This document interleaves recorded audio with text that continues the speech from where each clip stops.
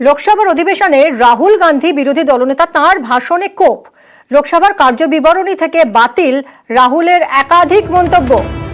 স্পিকারের নির্দেশেই বাতিল রাহুলের একাধিক মন্তব্য। কথা বলবো মৈত্রেয়ীর সঙ্গে। মৈত্রেয়ী, কোন কোন মন্তব্য রাহুল গান্ধীর বাতিল করা হলো, কেন বাতিল করা হলো?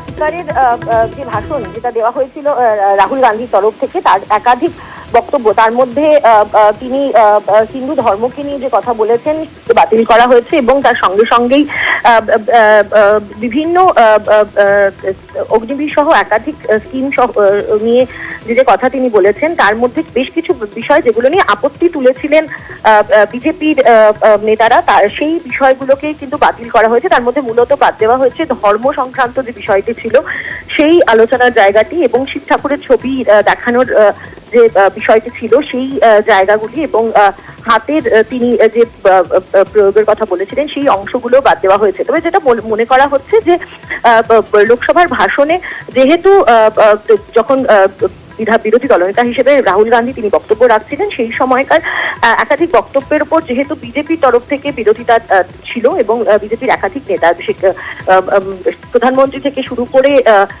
দেখা গিয়েছে অমিত শাহ, রাজনাথ সিং, তারা উঠে দাঁড়িয়ে তারা প্রতিবাদ জানিয়েছিলেন এবং সেই সব কারণেই এবং তখনই স্পিকার জানিয়েছিলেন যে তিনি নিজের ডিসক্রিপশন ইউজ করবেন এবং সেখান থেকে বাদ দেওয়া হবে। ফলে সেখানে একটা বড় অংশও কিন্তু বাদ দেওয়া হয়েছে।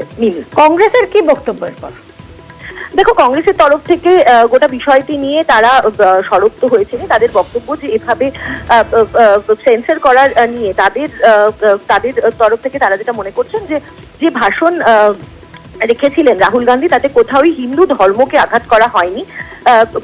তিনি মূলত যেটা বলতে চাইছিলেন যে বিজেপির যেভাবে বিজেপির তরফ থেকে যেভাবে ব্যবহার করা হচ্ছে সেই জায়গাটাতে তিনি আঘাত করতে চেয়েছিলেন এবং তিনি সত্যই তুলে ধরেছিলেন এবং সেই কারণেই তার কথা আটকানো হয়েছে। ফলে এটাকে তারা সেন্সরশিপ হিসেবেই কিন্তু তারা দেখছেন।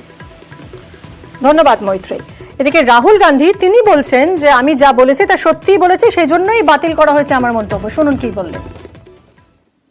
मोदी जी की दुनिया में सच्चाई एक्सपंज हो सकती है, मगर रियलिटी में सच्चाई एक्सपंज नहीं हो सकती है।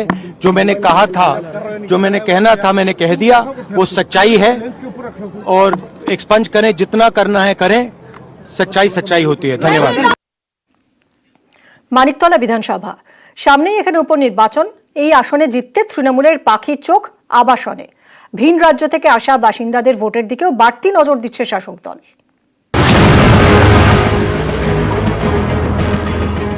10ই জুলাই রাজ্যের 4 বিধানসভা আসনে উপনির্বাচন। এর মধ্যে অন্যতম মানিকতলা, যা পড়ে কলকাতা উত্তর লোকসভার মধ্যে। মানিকতলায় জিততে তৃণমূলের নজর ভিন রাজ্য থেকে আসা বাসিন্দাদের ভোট এবং আবাসনের বাসিন্দাদের ভোট। প্রার্থী যাচ্ছেন, জনসংযোগ করছেন, যেখানে হয়তো আবার হিন্দি ভাষাভাষী রয়েছেন, তার জন্য একটা বিশেষ টিম তৈরি করা হয়েছে আমাদের নেতৃত্বে। কোনো জায়গায় যদি কেউ আমাদের ভোট নাও দিয়ে থাকেন, এই স্পেশাল টিমের জনসংযোগ, প্রার্থীর নিবিড় জনসংযোগ, ইস্যু ভিত্তিক আলোচনা, বাড়ি টু বাড়ি আলোচনা, হাউজিং টু হাউজিং আলোচনা, এতে আবার মানুষ এই বাই ইলেকশনে পুরোদস্তুর মমতা বন্দ্যোপাধ্যায় প্রার্থীকেই ভোট দেবে। 21-এর বিধানসভা ভোটে মানিকতলায় যেতে তৃণমূল বিজেপিকে হারায় 20,238 ভোটে। কিন্তু এবার 24-এর লোকসভা ভোটে মানিকতলা থেকে মাত্র 3,575 ভোটে এগিয়ে তৃণমূল। লোকসভা ভোটের ফলে দেখা যাচ্ছে মানিকতলা বিধানসভার একাধিক ওয়ার্ডে পিছিয়ে ঘাসফুল শিবির। মানিকতলা বিধানসভা এলাকার মধ্যে রয়েছে 8টি ওয়ার্ড। এর মধ্যে 16 এবং 31 নম্বর ওয়ার্ডে পিছিয়ে তৃণমূল। 16 নম্বর ওয়ার্ডে পিছিয়ে 412 ভোটে, 31 নম্বর ওয়ার্ডে 5,488 ভোটে। ভবানীপুরের মতোই মানিকতলা বিধানসভা এলাকাতেও ভিন রাজ্য থেকে আসা অনেকে থাকেন। ভিন রাজ্যের বাসিন্দাদের ভোট প্রায় 17%। তৃণমূল মনে করছে এই ভোটের বেশিরভাগটাই এবার গিয়েছে বিজেপির দিকে। মানিকতলা বিধানসভা এলাকায় রয়েছে প্রচুর আবাসন। এই সব আবাসনের বাসিন্দাদের উপনির্বাচনে ভোট দিতে না যাবার প্রবণতা রয়েছে। এই ছবিটা বদলাতে চাইছে তৃণমূল। তারা চাইছে উপনির্বাচন হলেও আবাসনের ভোটাররা যেন ভোট দিতে যান। এই ভোটারদের মন পেতে তৃণমূল কোমর বেঁধে আসরে নেমেছে। বহুতলে প্রচারের জন্য তৈরি করা হয়েছে বিশেষ গ্রুপ। এই গ্রুপের সদস্যরা আবাসনের সোসাইটি মেম্বারদের সঙ্গে বৈঠক করছেন। আবাসন এবং ভিন রাজ্যের বাসিন্দাদের বাড়িতে বাড়িতে তৃণমূলের পতাকা ছাড়া প্রচার করা হচ্ছে। বেশ কিছু আবাসনকে আলাদা করে চিহ্নিত করা হয়েছে, সেখানে প্রচারে যাচ্ছেন তৃণমূলের প্রার্থী। বাংলা, হিন্দি ও ইংরেজি বলায় সাবলীল এমন কর্মীদের প্রচারের কাজে লাগানো হচ্ছে। সম্প্রতি মানিকতলা বিধানসভা এলাকার একটি আবাসন ঘিরে শোরগোল পড়ে। ভোটের ফল বেরোনোর পরে উল্টোডাঙার এই আবাসনে চলে কঠোর দাপাদাপি। নেতৃত্বে তৃণমূল কাউন্সিলর। অভিযোগ পেয়ে সেই তৃণমূল কাউন্সিলরকে তীব্র ভৎসনা করেন দলনেত্রী। নির্দেশ দেন ক্ষমা চাওয়ার। সেই মতো আবাসনে গিয়ে ক্ষমা চান তৃণমূল কাউন্সিলর শান্তিরঞ্জন কুণ্ডু। সঙ্গে ছিলেন কুণাল ঘোষ। এবার মানিকতলা জিততে বিভিন্ন আবাসনের ভোট এবং ভিন রাজ্য থেকে আসা অবাঙালি ভোটারদের দিকে বিশেষ নজর দিচ্ছে তৃণমূল। কোনো অবস্থাতেই মানিকতলা বিধানসভার উপনির্বাচন আসলে যা শহরাঞ্চলে তৃণমূল কংগ্রেসের ভোট কতটা অক্ষুণ্ণ থাকছে তা বুঝে নেওয়ার নির্বাচন, সেখানে 1 ইঞ্চি জমি ছাড়তে নারাজ তৃণমূল কংগ্রেস নেতৃত্ব। ক্যামেরা কুণাল চৌধুরীর সাথে আবির ঘোষাল, নিউজ 18 বাংলা, কলকাতা।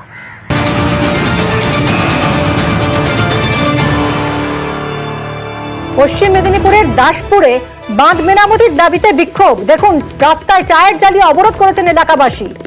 10 বছর ধরে ভাঙা শিলাবতী নদীর বাঁধ। প্রতি বর্ষায় জলমগ্ন হয় একাধিক গ্রাম। দ্রুত বাঁধ মেরামতির দাবিতে এই বিক্ষোভ। টায়ার জ্বালিয়ে বিক্ষোভ দেখালেন এলাকাবাসী। সুকান্ত আমাদের প্রতিনিধি রয়েছেন, আমাদের সঙ্গে কথা বলবো। সুকান্ত, 10 বছর একটা ব্রিজ সেটা সারানো সম্ভব হলো না, প্রশাসন কি বলছে, এলাকাবাসীরই বা কি বক্তব্য? দেখো, প্রথমেই বলি যে ওটা ব্রিজ না, দাসপুরের যে শিলাবতী নদী, সেই নদীর বাঁধ, এই বাঁধ ভেঙে জল ঢুকেছিল, এলাকায় প্লাবিত হয়েছিল, প্রায় 10-12টি গ্রাম প্লাবিত হয়ে গিয়েছিল। তা হয়ে গেছে এলাকার মানুষ, কেউ বলছেন 10 বছর, কেউ বলছেন 7 বছর। এইভাবেই তারা ব্লক প্রশাসন, মহকুমা প্রশাসন, সেচ দপ্তরে বারে বারে জানিয়েছেন তাদের এই বাঁধ মেরামতি করার জন্য। এবং সেই বাঁধের উপর যে রাস্তা ছিল, সেই রাস্তাও বাঁশের সাঁকো দিয়ে পারাপার, মানে ঝুঁকিপূর্ণ পারাপার চলছে বলে এলাকার মানুষ তাদের আজকে তারা উপায় না পেয়ে তারা রাজ্য সড়ক অবরোধ করে সেখানে টায়ার জ্বালিয়ে বিক্ষোভ দেখাতে শুরু করেন। প্রায় 1.5 ঘন্টা ধরে অবরোধ চলে। অবরোধের জেরে যানজটের সৃষ্টি হয়। তাদের দাবি যে বারে বারে প্রশাসনকে জানিয়েও কোনো কাজ হয়নি। তাই তারা দাসপুরের রাজনগর এলাকায় রাজ্য সড়ক, যে মেদিনীপুর যাওয়ার রাজ্য সড়ক, সেই রাজ্য সড়ক অবরোধ করেছিলেন এবং দীর্ঘক্ষণ অবরোধের পর দাসপুর, এবং এইমাত্র যে খবরটি পাওয়া যাচ্ছে যে অবরোধ তুলেছেন এলাকার মানুষ, তারা প্রশাসনের আশ্বাস পেয়েছেন। তারা কিন্তু জানিয়ে দিচ্ছেন যে দ্রুত যদি এই নদীবাঁধ সংস্কার না করা হয় তারা আরো বৃহত্তর আন্দোলনে নামবেন। প্রশাসন কি আশ্বাস দিল আজ? দেখো, প্রশাসনের তরফ থেকে যেটা জানিয়ে দেওয়া হয়েছে যে খুব দ্রুত এই নদীবাঁধ সংস্কার করা হবে, নদীবাঁধ সংস্কারের কাজ শুরু করে দেওয়া হবে বলে জানানো হয়েছে। এবং সেই প্রতিশ্রুতি পাওয়ার পরে এলাকার মানুষ তারা কিন্তু বিক্ষোভ অবরোধ তুলে নিয়েছে। অর্থাৎ অবরোধ উঠে গেছে এবং এই মুহূর্তে রাস্তায় যান চলাচল শুরু হয়েছে আবারও।